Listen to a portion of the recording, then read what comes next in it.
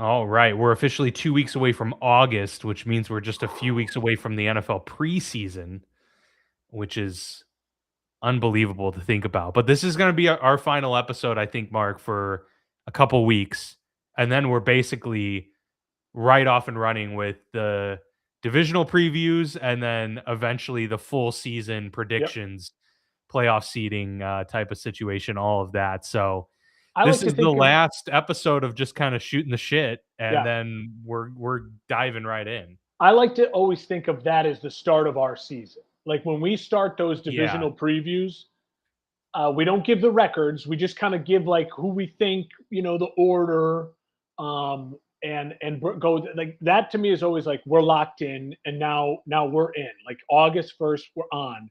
I feel really lucky that we've had the World Cup this summer. I was I said on the last week's episode, like it has filled such a void, as far as like not being like locked in. Like I care, but I care like I think a lot of Americans care, which is like I just like a big event. Like the fact that you got Spain's flag versus France's flag, and it's like boom. I don't know Yeah. anyone on Spain's team. I know Mbappe obviously for France. So you're just like, dude, sign me up. Like just a big event like that has just been so much fun. It feels I've tweeted out many times. It has felt like we've had a Sunday, America's Game of the Week game where it's, Bears, Sure. Packers. It feels like that where tomorrow you're getting Argentina, England. Like that is so electric. I know the The time matches zones. have been really Yeah, compelling. I mean, there haven't been many complete blowouts. no, They've except for been the entertaining. Americans. Yeah, Ye and Yeah. so that has filled such a void. Like as soon as we get done with this, put the MLB All Star Game on. Our Cubs have given us plenty to watch for in the first half of the season. They A had the wild best year. record in the league, then the worst record in the league, and then the best record in the league. Hopefully, they can find some stability and close the gap and hunt down the Brewers here in the next month and a half. That would be awesome. Yeah, Um, maybe Alex Bregman can actually, Stay play hot. like half of Alex Bregman, Yeah, he got hot a little bit going into he the last has the he's last started week or to get so. there. Um, Yeah. so one of the things we talked a lot about with this show is kind of being the final like talking point is like obviously we're going to talk some coaches, hot seat stuff, but then we'll do a little free agency stuff because there are still some names, Dan, that over the next couple weeks as we're not on.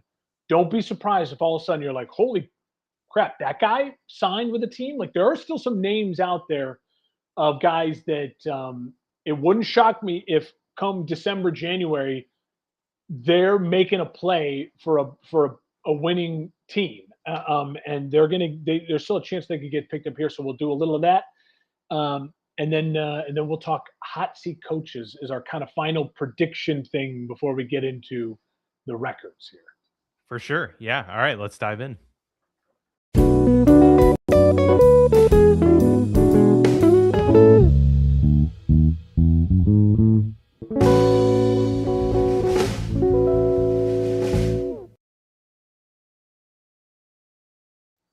Some clickbait there. Some So clickbait there. you got the defending, AFC champion head coach, on the list. Um, yeah, no, I'd be very interested to see what your list of some top coaches that are either on the warm seat, the hot seat, the extremely hot red burning seat, going into the 2026 NFL season, and maybe some of these guys will be wrongfully, lambasted for their team's performance. And you've got Tweedledee and Tweedledum up in the front office making Yeah. these decisions. Shout out Bruce Levine.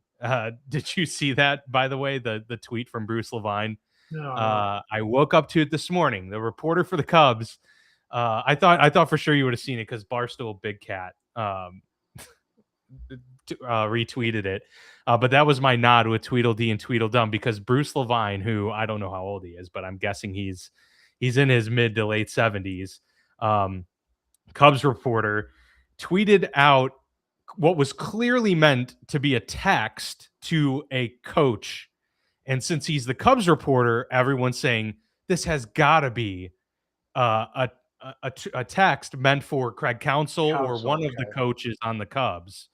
And he said, Oh How my did I gosh, miss I this? didn't even see the development now. He has straight up went and apologized about this. Okay.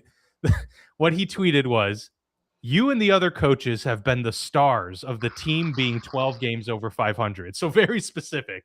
And the Cubs are 12 games over 500. He tweeted this yesterday at the home run derby. He said, "Let's hope Tweedledee and Twinkle Dumb don't sell you guys out like the 2025. Enjoy the family time, pal." It was like almost like a drunk And he tweeted it instead of and he texting it. tweeted it and then instantly deleted it, of So is course. he But talking about then Ricketts and I think he's talking about Jed Hoyer and Carter yeah. Hawkins, Oh well, there president of you go. baseball ops, I was and gonna say or it could Hoyer be Jed Hoyer and and Ricketts. Who Ricketts, knows? yeah. Um, but it was very clearly a text meant for a Cubs coach, probably That's counsel. awkward. That's very And awkward. so that was really, really awkward. Anyway, I digress. Tweedledee Um, and Tweedledum for sure. you want to get into the free agents before we get into the head Yeah, coaches? yeah, Yeah, I just think there's a couple this names. list is interesting. Yeah, so Warren Sharp put this out. I think it was just like a day ago he updated this, and I couldn't believe some of the names are on this list. Now he says his top 3 free agents available are Tyreek Hill, Stephon Diggs, and Taylor Decker, the offensive tackle Decker. If you go all the way to the top, those are his first his like top 3 free agents. Go up one more, keep going up. I don't know why it's okay, hold on. You're formatting Sorry. there. Yeah, those are if you Weird scroll for down me just a because tad it's now. not all right, here we Um, go. Ah, there you go. Top remaining this is just free agents. reloading and there we go. There it is. Hill, Stephon Diggs, and then Taylor Decker. I listen. I've been a proponent of the Bears giving Decker a call. I think a lot of it's just going to wait. I think the Bears are waiting. I think Taylor Decker's waiting because there's going to be an injury, right? Uh, I truly think Sure. if Ozzy Trapillo, the Bears will find out if Ozzy Trapillo is going to start the season or not. And if he's not, and then like they might have to put him on what is it like IR where you miss like 4 or 6 games or whatever. Up probably the physically Yeah, unable the to pup. perform. Then I think Yeah. like Taylor Decker's way in play for the Bears. But think about it. I mean, what if the Chargers? What if Slater or all isn't ready to go again? I think he's smartly waiting because I think through camp there will be a starting tackle somewhere that goes down for a contending team, and he'll be a hot commodity. I would put him as the number 1 free agent available. Diggs and Hill, I think, are both very, very capable of providing a lift for a team.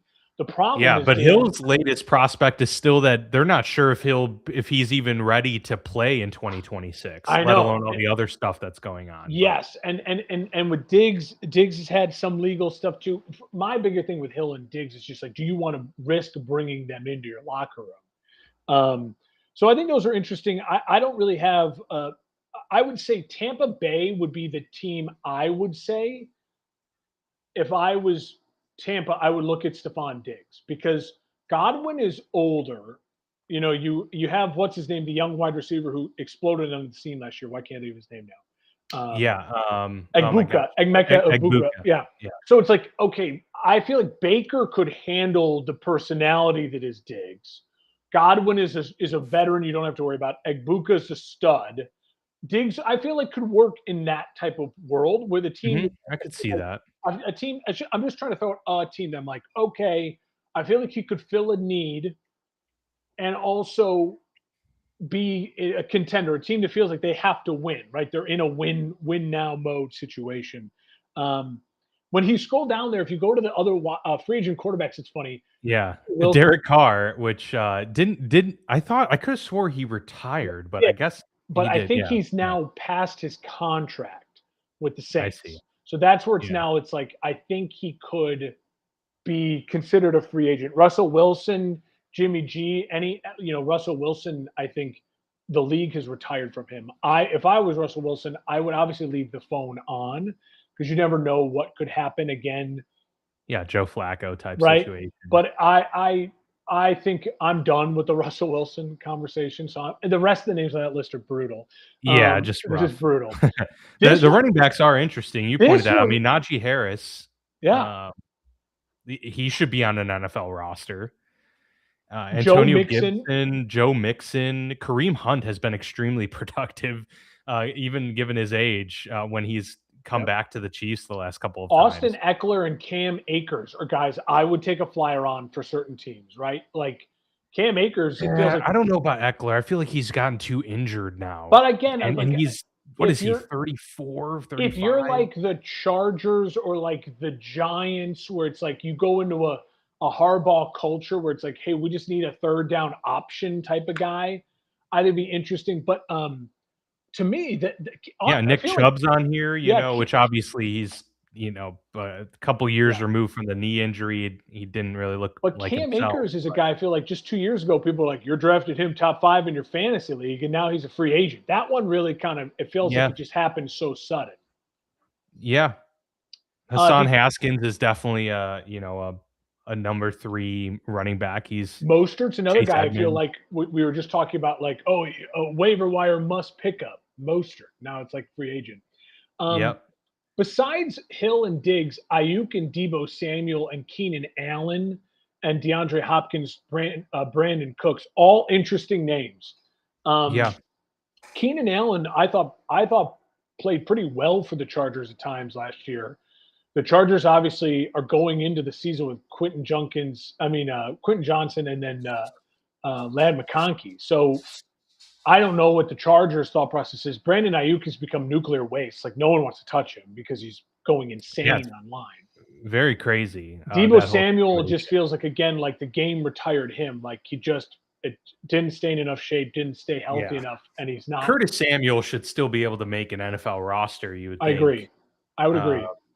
so like him and Josh Reynolds even.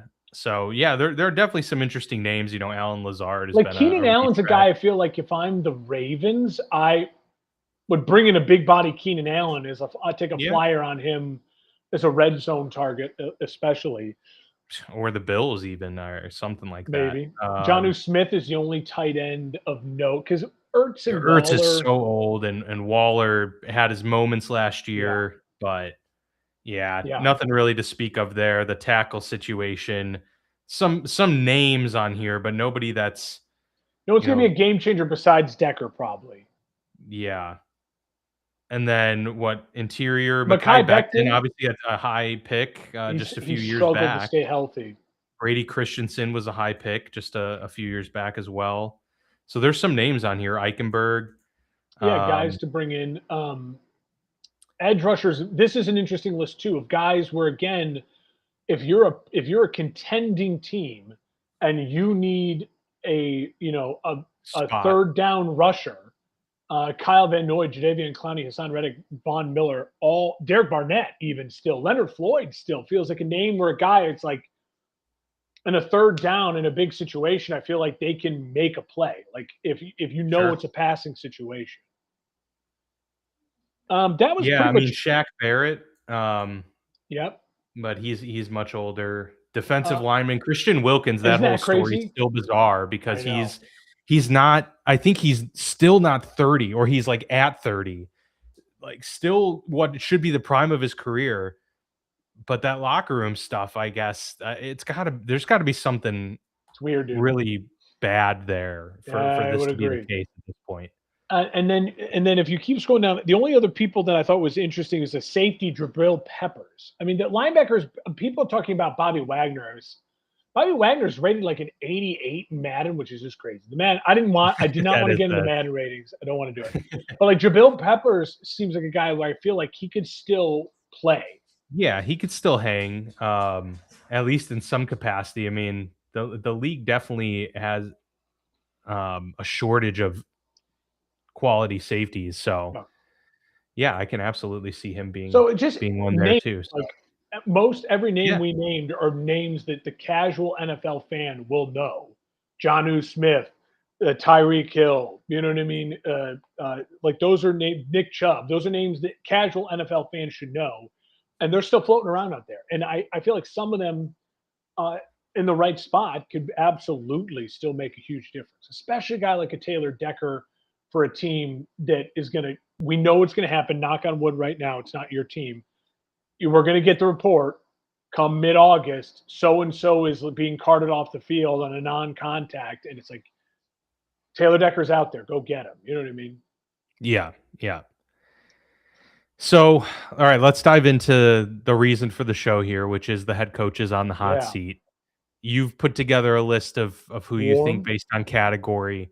I'm happy to enter mine into a category as well. I kind of just had a list in my head of who I think's on the hot seat, but I think I could easily throw them into the Cool. categories you've laid out. So, I So mean, should we just start with who's on the whatever you I'm call gonna say the warm. burning hot, I the would say warm? Okay, warm start because I warm. think warm is going to have the most discussion because I think it's the most, you know what I mean? Like Yeah, burning hot is pretty easy to me, but and because it's like it's pretty obvious. So I think the warm for me, I have three names in the warm. These are guys who I think I put them there because the expectation is high.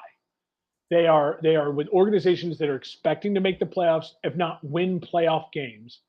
They are coaches that have quarterbacks, like have everything that they need. It's not like it feels like they are have a giant glaring hole.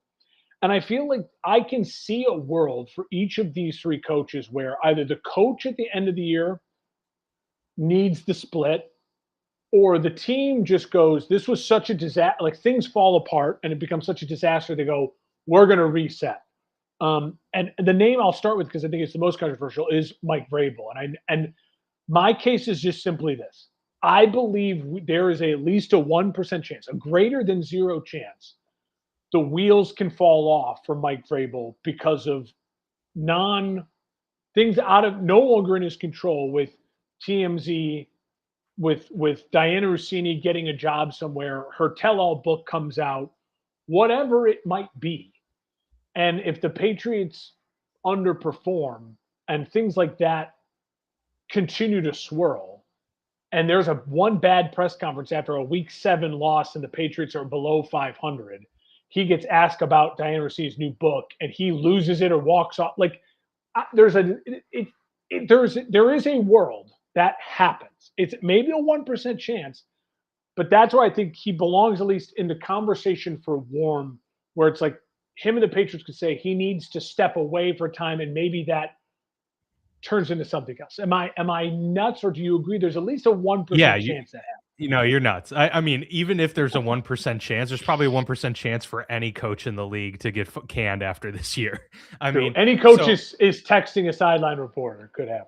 look, I don't think he belongs on a list like this, and for a couple reasons. All right, let's go with the first one. He literally took the team to the Super Bowl last year. Uh, on top of that, the Patriots literally went out of their way to get Mike Vrabel. This was the plan all along. Yeah. They literally had a lame duck head coach for a year so that they could get Mike Vrabel. Also, you think the owner who had the massage room in Florida scandal, Well, who had a head coach go through Bounty Gate or not Bounty Gate, Deflategate, among others, the spying scandal, all of that. You think that head coach is gonna, or that owner is gonna fire a head coach because they cheated on their wife and was a potential locker room I don't. Here's the disaster? difference: is I don't. I'm not going to argue he gets fired, but I would argue there is a 1% chance it goes so wrong, and his personal life gets so aired out. What if all of a sudden she starts dumping receipts or more things get unveiled about they were at this lodge and he was saying how he wants to be the father of her children. You know, I don't know what can come So out. you'd say it would all be by his own, like It would he would have to he's say he on would the warm have seat himself, yes, that like. he would have to say, and then they would lose games, right? So all if he's winning games, it doesn't matter. It could come out, his dick could come out on the line. If they're winning games, it's fine. But if they're losing games and the personal life spirals more, that's all I'm saying. I just think I don't know. I don't know. I it's a think he would crazy need world. more But than a I year agree. of not winning I games. don't Patriots fire him, but I think it's a what's best for Mike Vrabel right now is stepping away. You know, He'd have to get some internal pressure, I think, to make okay. that move out aside from himself. I I know. don't think he would just 100% take it upon himself to do that. Okay. I think he would need to be coerced or pressured, be like, "Hey, All Mike, right. this we don't want to fire you, but like, you gotta make a call here. Like, and I just don't see them doing that. All right, But anyway. who's a person on your warm? I have two others, but I do. I actually do have a controversial pick that for the warm seat here. So maybe we'll have a discussion. To me, Matt LaFleur. on my And list, not controversial. I think it's okay, okay, he's on my good. warm. He's on my warm. Okay, nice. Yeah, I think at this point in time, after this year, I don't think he'll get fired midseason. So we're talking No. after the season. That'll be 5 years removed from Aaron. And what have you put forth in your 5 full years without Aaron Rodgers? And you haven't won much. And especially I think it really, like, Jordan Love's performance this year is going to be a massive tie to Mike LaFleur's job, Matt LaFleur. I keep screwing this up because of the brothers. We need to get some fewer brothers out there. But Matt LaFleur's, kind of hitched his wagon to Jordan Love. He's supposed to make it work to where they are sustaining that level of success. And now, is he going to be a part of the Bears overtaking the North? And all of a sudden, now you go 9-7 this year. Next year, don't win the division, No. and probably lose an early playoff game. Then there's going to be some real questions there in Green Bay about, look, Matt, you're a good coach, but like you're clearly not the right coach for us anymore, and we need to part ways. So I do think that he needs to. They got to make the playoffs for sure. But I also think like Jordan Love needs to be like an answer here, other than more question marks at the end of the season. So I would argue. I agree with everything you say. I'm going to take it a slightly different route just for the sake of going a different way this happens. And I think the different way this happens is it's just a mutual. It's Matt LaFleur going, I think it's not working. We should part ways, right? They finished 9. They finished 9-8 again. They finish in that 7th seed again. They don't win a playoff game again. Jordan Love maybe has to miss a game or two again. And it's like, hey, they're paying Jordan Love a ton of money. They are all in on Jordan Love. And it's like, okay, maybe I feel like LaFleur would get a job like that. He absolutely could do the thing that Vrabel did, where it's like, I'm going to take a year off. I'm going to go hang out with Sean McVay as an offensive catalyst. You know what I mean? And then he'll be right back in it with like his pick of the litter. Listen, the Packers have not won a division with the combination of Jordan Love and Matt LaFleur. They won that big playoff game, and it was a big playoff game in Dallas. But that was 3 years ago, and since then, it feels like it's leveled out. I don't think it's his fault. I think LaFleur is a good coach. I think he's an above-average NFL coach. I think he belongs in that top 10 conversation, and you can win a lot of games with LaFleur. But I think it's one of those where it's like, if for some reason, what if they end up 8-9, right? Like it's a Packers team that is a good team. But what if something happens, there's another injury, there's something, and the team and him just look at each other and go, this is going to be a mutual parting of ways, and he's going to step away and blah, blah, blah. Because they're not going to move on from Jordan Love. Like, they're just not going to do it. That's not the Packers' MO. And Jordan Love's too talented. Like, the only way you're moving on from Jordan Love is if he's injured. Like, if he misses games again, and it's like more than the 2 or couple games, and it's like, dude, this guy just can't stay healthy for as talented as he is, especially coming after Favre and Aaron, who were Iron Men for their careers. And like that could be a thing that maybe then LaFleur has some sort of case where it's like, listen, we'll go one more year. But I do think LaFleur on seat being warm is an interesting conversation. But it's not going to shock me if they win 11 games, everything's fine. And LaFleur's definitely. Yeah. No, I agree. Yeah. But I think there's a more than zero chance things happen to a way where LaFleur or the Packers are like, this we got to just shake things up. I think it was kind of hard to put this coach in. To put them in the warm category, because I could easily see it being a hot seat too. But just given the track record of what we've seen recently, I feel like So you have one more and The warm. benefit of the doubt's there, and I think Nick Sirianni's more on the warm seat Oh, than okay. hot Okay. because So they still went 11-6. There's been a lot of dysfunction, and they're still winning. Now, obviously, we can all point to that, and Howie Roseman and company inside can point to the roster and Howie Roseman as being the reason that this team has, sustained continue to win. success despite all of the Yeah. dysfunction. But it's still a part of his resume, So right? you're going to go And Sirianni warm. yeah, I So am. I have Sirianni hot. Yeah. And the only reason I would argue against starting him in warm and starting him in hot is it's Philly. He's already been talked about, right? The amount of coordinators, it's crazy the amount of coordinators he's gone through. And we Mhm. have evidence of a guy winning a Super Bowl and then 2 years later getting fired after a bad season in Philly. So Yeah. like Yeah. this is now the window where it's like they weren't going to fire him last year, no matter what, because he just won a Super Bowl. Now we're in the Doug Peterson category. It's like, okay, that Super Bowl was now 2 years ago, and if things don't go well, fire.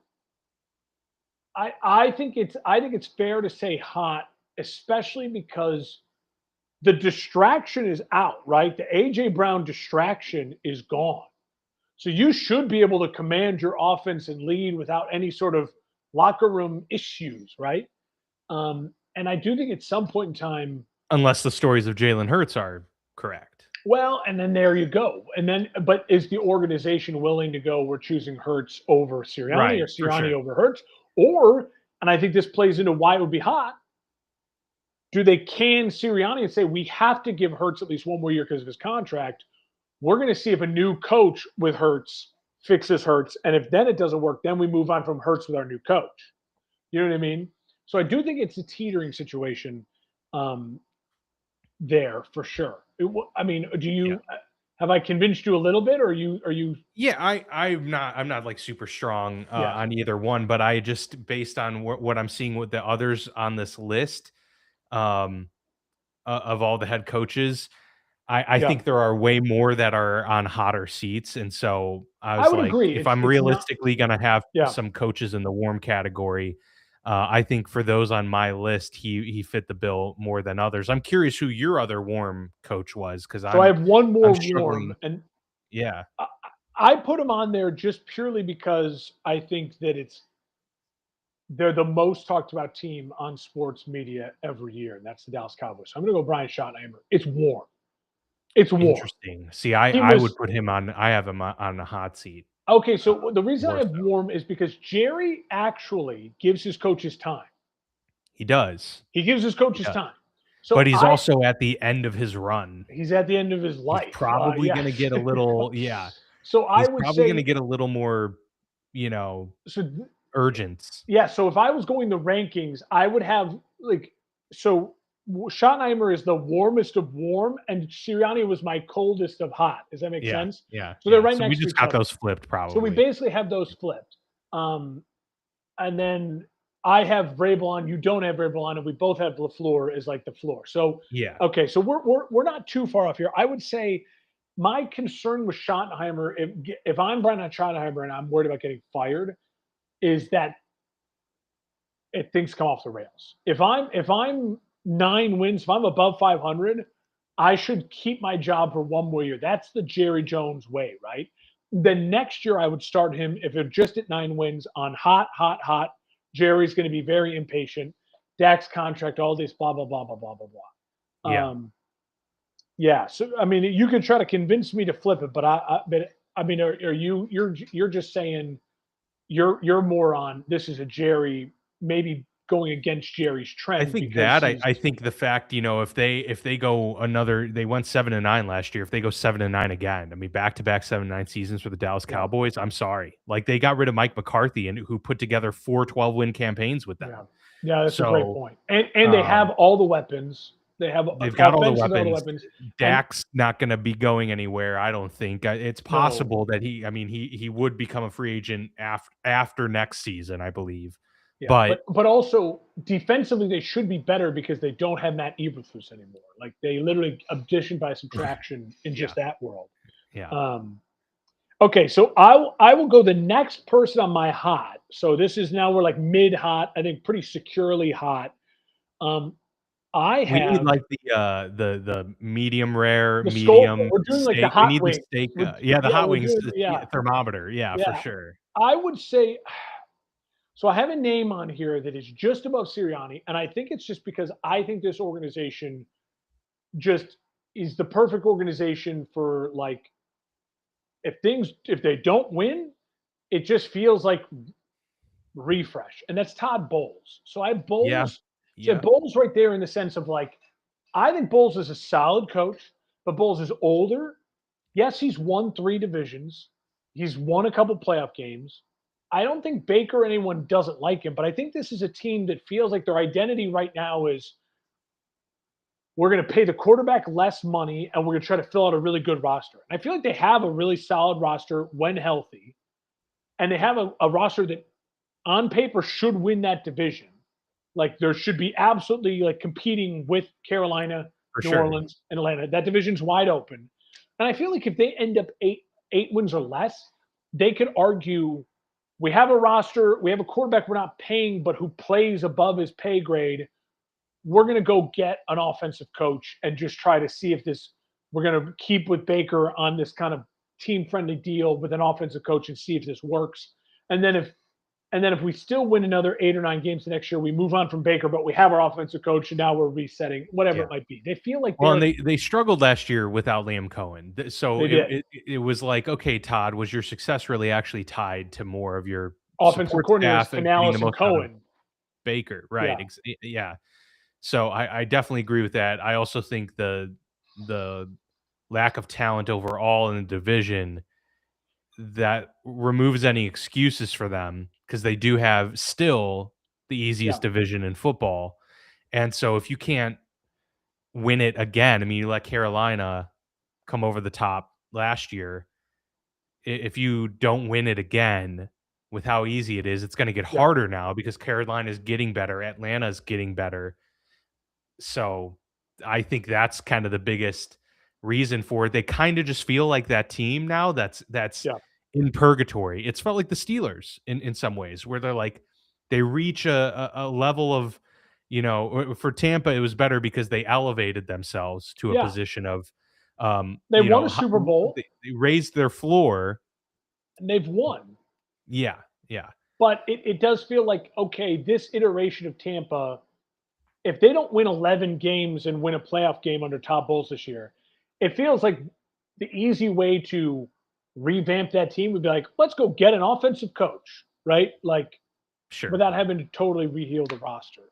yeah, I have 2 more in the hot category, and then I yeah. have 1 in the red hot. So I have 3 more names. So I don't know how you want to keep Yeah. counting up. I mean, I'll add one name in there that I'm sure is in hot. Zach Taylor. Yes. So he's I would not think, he's yeah, not at the he's at the top of my hot. yeah.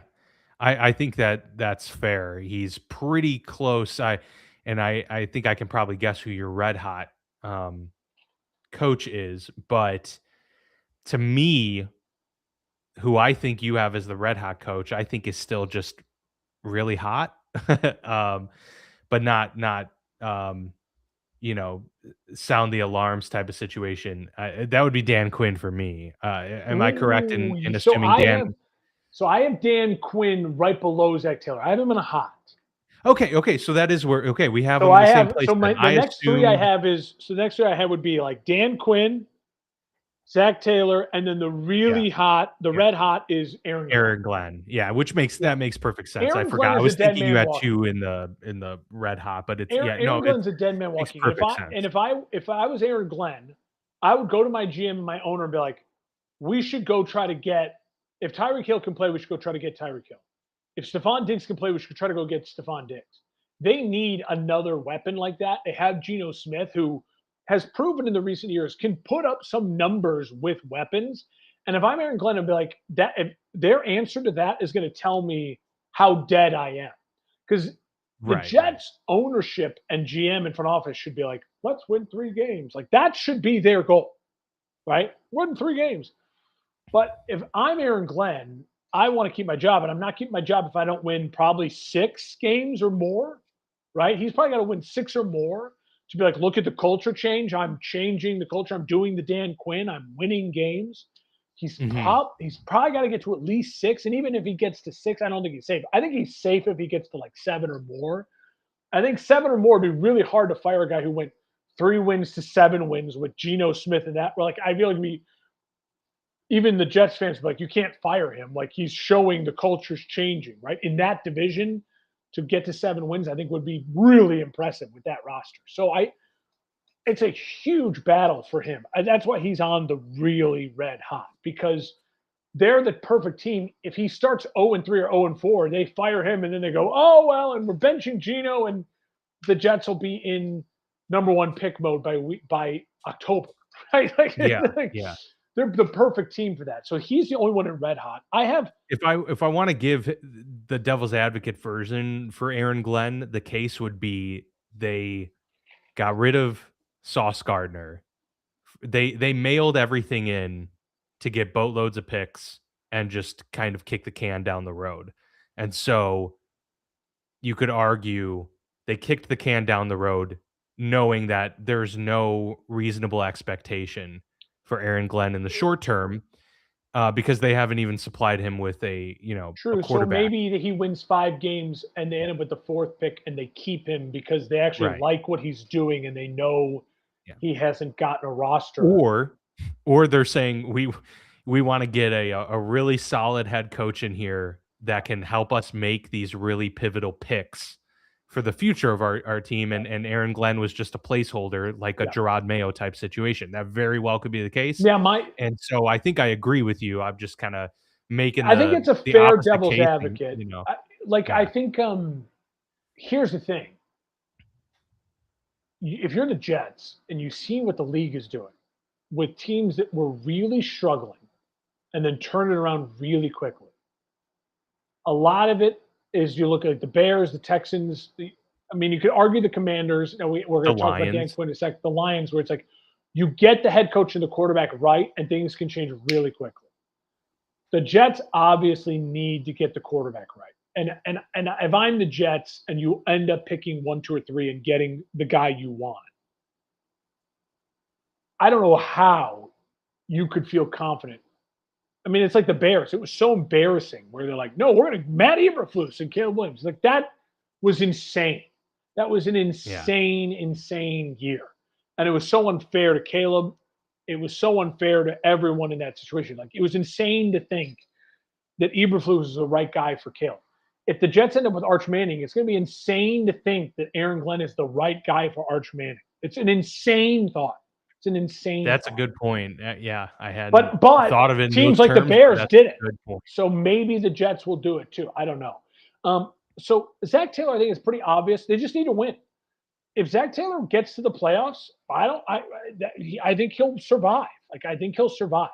This Bengals team needs a season to then launch. They're not ready to win the Super Bowl. I think they're a good team. I think they are a team that probably should be favored to I don't know, favored to win the division, but I wouldn't shock me if they win the division. Like, they have the Yeah. best quarterback in that division.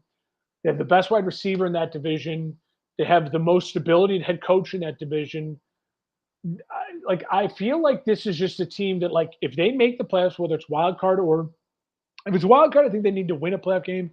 If it's they win the division, I think he's safe. And just reassert that, like, hey, when our quarterback is healthy, we're a good pair and we can win this division. Yeah. But if they don't make the playoffs, you got to can them, and you got to refresh that organization to just saying, I know the owner doesn't want to spend money, but at least he'll show, like, I'm trying to win without spending money, right? Like, by doing that, it's an easy sell to the Sure. fans. And then I would agree with you, Dan Quinn. Dan Quinn got screwed by the fact that his quarterback's elbow is apparently made of tissue paper. I will keep saying it. It's the most freak thing I've seen in so long, that Jayden Yeah. Daniels injury. Yeah, and Jayden they took a Daniels nosedive. I mean, everything fell with that. Jayden Everything was fell not apart. playing well before the injury. He rushes back, then because he was injured. Then he rushes back, gets injured again. It's like, I think it's fair to say, okay, one really good, one not so good. This is the defining year. And if this is the defining year, then it's a hot seat year. Like it has to be a hot seat year. Um, I think if you're Dan Quinn, you keep your job. If you get to 8 wins, 9 wins, and it feels like offensively you're dynamic, your quarterback has shown that he's back to like being a franchise guy, but hey, it's a tough division and we got meddled up with a week or two there, a week or two here, and I can keep my job. I think anything less than that, he's definitely fired because again, you lost your offensive coordinator who basically just kind of said, I just don't want to do this anymore. I just don't want to be with Dan Quinn Yeah. and Jane Daniels anymore, which is wild. It's a wild thing. Cliff Kingsbury, who was a hot name, is just like, I'm done with Jane Daniels in this whole situation. I don't think it speaks too well to your leadership. So I think Dan Quinn has got a ton to prove. And it sucks because you have a quarterback that I also feel like has a ton to prove now. And that feels like that's just not, those are It's a lot of magnets. pressure for a It's team that just that, doesn't even need to have the pressure. yeah, when you're Like they putting those shouldn't have this magnets, pressure. when you're trying to put the magnets, it feels like that's just, I don't want anything near that. I don't know what I'm going to do with Washington yet. They're going to be my biggest kind of question mark team when we do our records predictions. I'm going to have to really go over the roster and really look at their schedule. I think Philly's got a better roster, and They Dallas. and the New York Giants are the two of the teams that I have no idea what I'm gonna I feel a little end more up confident with the predicting with Giants, them. just being like, I'm going to find a way to get them to like 6-7 wins, but I just don't think they're going to. I don't feel confident. I know Colin Coward's already been like the Giants are going to make the playoffs. I don't have Oof, that much faith. I don't have that much faith I in don't know about Scatterbo that. and Dart. Like I love Harbaugh. Don't get me wrong, but I also think Harbaugh is in the perfect situation to be like, I didn't pick Jackson Dart, and if like. Mhm. So yeah, I think that Quinn is in a really tough spot because again, that organization will not move on from Jane Daniels if things don't go well this year. Right, If right. Jane Daniels does not have a good year, it is all hands on deck to get whatever offensive coach it is to save Jane Daniels. And that means Dan Quinn's gone. So Jane Yep. Daniels needs to either A, have a Pro Bowl, all pro level year and you miss the playoffs. I think he could survive that. I think he could survive making the playoffs and Jane Daniels is fine. He's not going to survive Jane Daniels not playing well and missing the playoffs. And I think there's a chance he doesn't survive Jane Daniels not playing well and making the playoffs. As I think if he finds a way to back into the playoffs as an 8 or 9 win team and Daniels has been fine, I think there's the argument to make. Well, yeah, this team is pretty good. We need to unlock Jane Daniels, and you're not the guy to do it. Like I think that would also Mhm. be the argument. So he's got a very thin line to walk. Yeah, yeah, agreed. No, I think that's a good list of coaches there, and that's So how many total was that for us that I we have, I have 9, including rattled Vrabel. So off? if we get rid Okay, of yeah. Vrabel, it's 8, and So we get that's 10. potentially the same turnover that we've seen this past year. I think it'll be less than that. I think it'll be more like I think 5, so 6, too. Yeah, 7 because I do yeah. think this is some stretches. The guys who got fired, I think, it was crazy. I mean, you think about Tomlin and Harbaugh. Like there were some 10 was big for it was a special year to hit 10. I have one other category, and Okay. just really quickly, I think you'll be interested in this. Fine, no matter what happens, these 3 people, if they want their job, it is their job. I have 3 names: Okay. Reed, McDonald, McVay. Fine, no matter what. Mm, I will not include Shanahan. I won't even include Ben Johnson because I do think that if the Bears, we know, had Matt Nagy and Mitch Trubisky made a Pro Bowl and the double doink game and lose in heartbreaking fashion, just like the Bears lost in heartbreaking fashion, you're like, the Bears. And 2 years later, he was fired. Now, granted, Nagy survived the bad next year, so I would assume Ben Johnson would survive if it was a bad year. I assume the Shanahan would survive if it's a bad year, but I don't think it's a guarantee. if things fall off the rails and they are a 5-6 win team, I know that's a huge if. I don't. I can see Shanahan and the organization would be like, this just is just. Yeah, no, I mean, I could see them There's a feeling like curse that here. that We window can't. has passed at Yeah, this we point. can't, and we need Um, the organization is old. It's a lot of old players. I mean, Mike Evans, Trent Williams, like Kittle, like at that point, you just say to yourself, we probably should just. So those are the three. there's Is there one another? name for me that comes to mind that I would include in that, Okay, though, sell me on it. Kevin O'Connell, See, now that because I disagree. I think he's got he's got every possible answer to why this went off the rails. You guys gave me JJ McCarthy. But so I agree. But so my counter argument would be, I could see O'Connell wanting to be like, I'm waving the white flag. Oh, I see. Well, And I it's don't know. a I new mean, GM. how many coaches do that though? That It's doesn't not a really lot. happen. You're right. It's pretty rare for that to happen. There's no O'Connell guarantee is that the you're gonna get a closest. job. O'Connell and Dan Quinn, I would say, are the next two closest in that category. I feel like Dan Quinn's got a little bit of a job for life type of thing with Detroit, where it's like Oh yeah, Campbell. You said Dan. Quinn, but yeah. Sorry, Dan Campbell. Where it's a little bit of like a, and I Yeah. think that both the Harbaughs are very close to that as well. I think a lot would have to go wrong for them to get fired.